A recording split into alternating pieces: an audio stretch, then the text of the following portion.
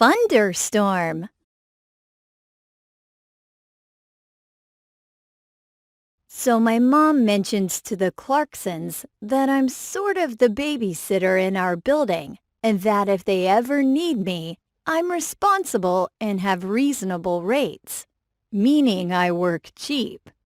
3 days later, I'm playing a matching game with Mr. and Mrs. Clarkson's 5-year-old son, Billy, while they enjoy dinner and a movie. Things get interesting after a lightning bolt brightens the darkening sky like a camera flash, followed by a loud crash of thunder. Billy flies off the couch and runs to his room. The Clarksons gave me emergency numbers and other instructions, but they didn't tell me what to do if their kid decides to hide under his bed. "What's wrong, Billy?" I ask as if I don't already know. "Nothing," he says. "Then why are you acting like a dust bunny?" Silence for a moment, then the truth.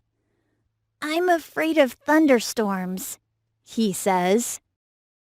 Part of being a great babysitter is being an expert in a lot of fields. A nurse for bandaging banged-up knees, a chef for concocting interesting snacks, and a writer for coming up with good bedtime stories. This time, I need to be a psychologist. "Billy, a lot of people don't like thunderstorms," I say.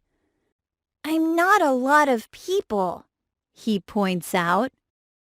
I don't know how to respond to that. I make a mental note to brush up on my psychology, and I take a more basic approach. "You'll miss my famous cheese and pepper flavored popcorn." "That's okay," Billy says. I don't want Billy to have a miserable night. What can I do?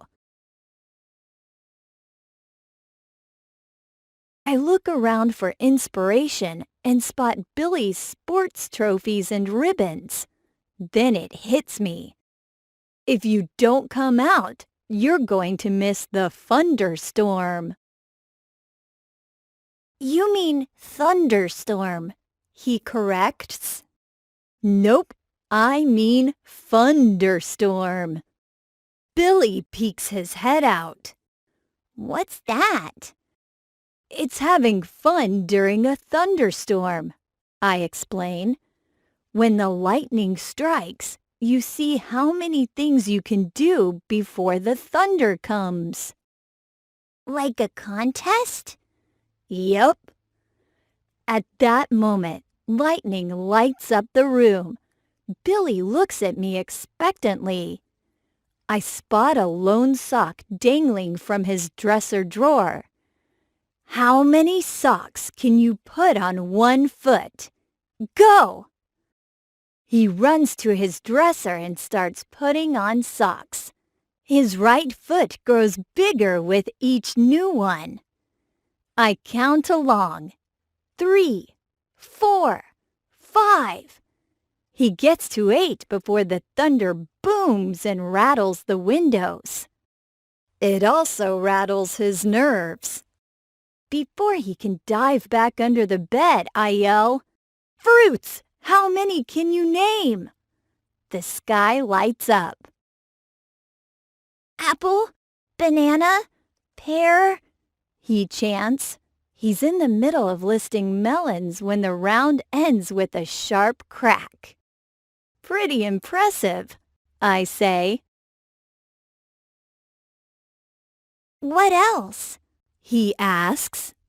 I smile. Now he's really on board. "Let's see your hopping skills." I peek out the window. "Ready? Set?"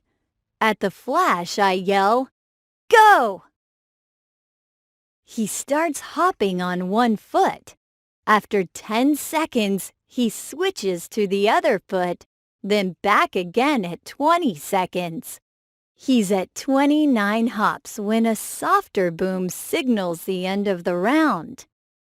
That's the best I've ever done, he says. You getting hungry? I ask, grinning like a cheetah. At the next lightning bolt, go to the kitchen, grab the popcorn, and come back. I can still see a little worry in his eyes. You okay? I ask. Yes, he says confidently, surprising me with the speed of his answer. I yell, "Go!" exactly when the flash comes. He peels out of his room.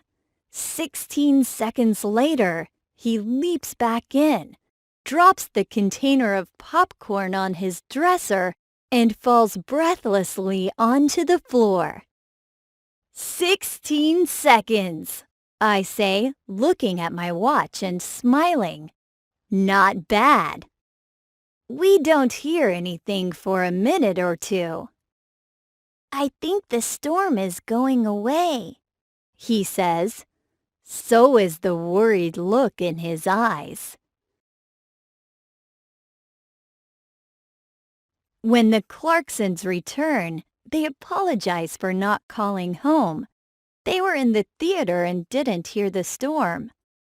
How'd our boy weather the thunderstorm? Mrs. Clarkson asks as she gives Billy a hug. Funderstorm, he corrects, giving me a sly look. And I can't wait till the next one. Billy isn't kidding.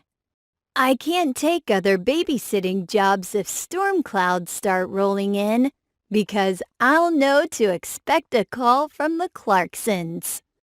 Billy has a lot of records to break.